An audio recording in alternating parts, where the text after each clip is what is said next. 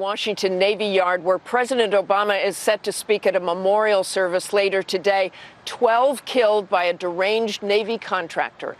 Here's ABC's Pierre Thomas.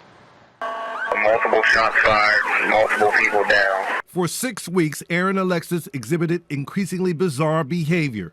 In short, he was a ticking time bomb that no one seemed to detect.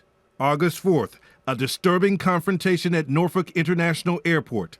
Unprovoked, Alexis accuses an Alabama family of mocking him.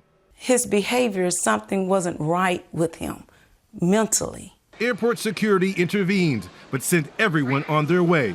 No more questions asked.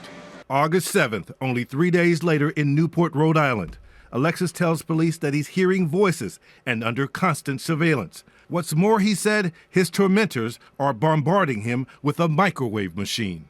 Newport authorities warned Naval Station police about the strange behavior, but the tale was never passed up the chain of command.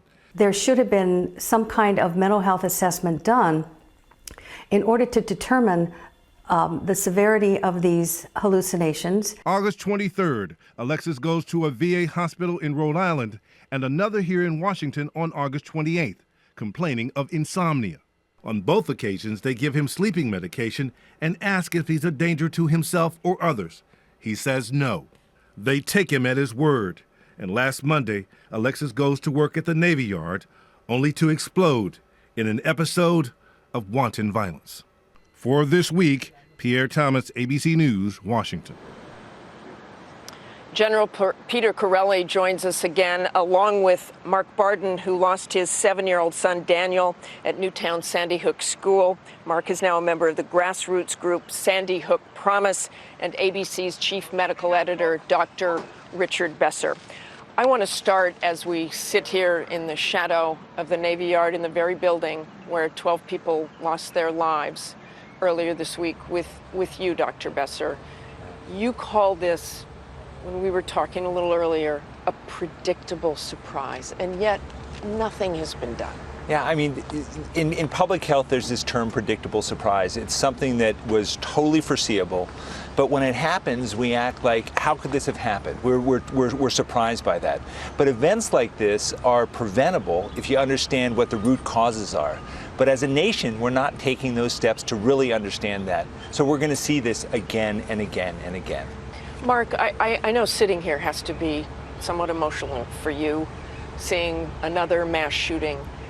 The reaction of the country, the reaction of the media, even the reaction of the president seemed so different.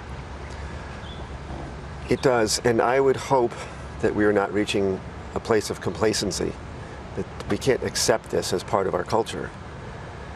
There's, with Sandy Hook Promise and just my own personal position, there are so many things that we can do, and we will continue to work in a holistic manner on a lot of issues to try to address this. Sandy Hook Promise certainly trying to do those things. Absolutely. General Chiarelli, we should say that you dealt as Vice Chief of Staff of the Army with mental health issues all the time, the terrible epidemic of suicide. One of the things I know you tried to do is try to get commanders to tell people who are having mental health issues or post-traumatic stress to remove themselves from the weapons, from their personal weapons. And you got pushback on that. Well, we did, but Congress has fixed that by taking the language out of the bill that made it impossible for us to implement what we were trying to do. Admiral Mike Mullen, the former chairman of the Joint Chiefs of Staff, had read a lot of the literature that indicated that if you just recommended to a person who was at risk or at high risk for suicide, that you separate yourself from your personal weapon, suicide rates go down so far. And he recommended to the services that we implement that. There was language in a National Defense Authorization Bill that didn't allow us to collect that kind of information on soldiers. Just last year, Congress corrected that. But just think what it would mean if we could take that and apply that to the 38,000 suicides that are committed in this country every single year. And you are still dealing with mental health issues with your organization, One Mind, that is doing a lot of research into the brain. I'd like all of you to talk about what really has to happen here. How do you tackle this as a nation? I mean, the CDC back in the 1980s had a very robust program that was looking at gun violence, looking at issues of mental health. What are the drivers of gun violence? Then around 1990, the Congress, at the behest of NRA, cut off that funding. And here we are 25 years later when we still don't have the answers of what are the best interventions to stop this problem. You know, after Sandy Hook. And how do you even approach the problem?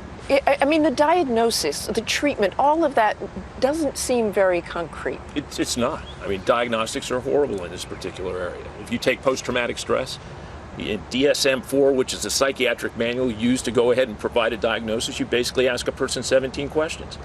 There are no blood biomarkers, there's no x-ray, there are no other kinds of tests except you ask a person questions, and based on their answers, you make a determination on whether or not they have post-traumatic stress or not. We've got to get beyond that. Well, we also have to get to the point where people have access to services. As bad as the tests are, if you look at the provision of mental health services and how hard it is for people who have a problem to get in and be seen, I mean, one of the things about health reform is to make sure that mental health issues are treated in the same way as physical problems. That's, I mean, I'm sure that that's going to be part of the solution here. And not only do they have to get in to be seen, but then their insurance companies have to provide the coverage necessary to get them the treatment that they need. I ran into problems in the military with certain accepted treatments for different mental health issues not being accepted by the insurance companies. And then they'd go to the VA and get different treatment. Mark, you were going to jump in there. I was just going to say, I think early intervention is a critical component to this, and now,